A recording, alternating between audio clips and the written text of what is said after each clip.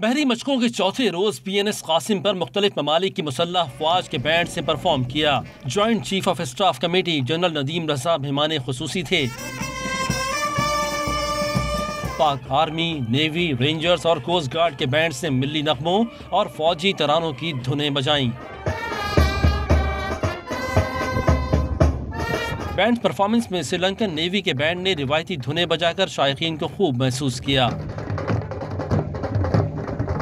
Band performance के बाद इंसदारी दहशतगर्दी की मुश्तरका मशकों का अमली मुजाहिरा किया गया। डेमो में हेलीकॉप्टर्स और तेज रफ्तार बोट्स की मदद से स्पेशल फोर्सेस के अहलकारों ने समंदर के रास्ते दहशतगर्दों की कमी गाह तक पहुंचकर उन्हें नेस्तो नाबूद करके मुखफियों को बाहिफाजत बाजियाब कराया।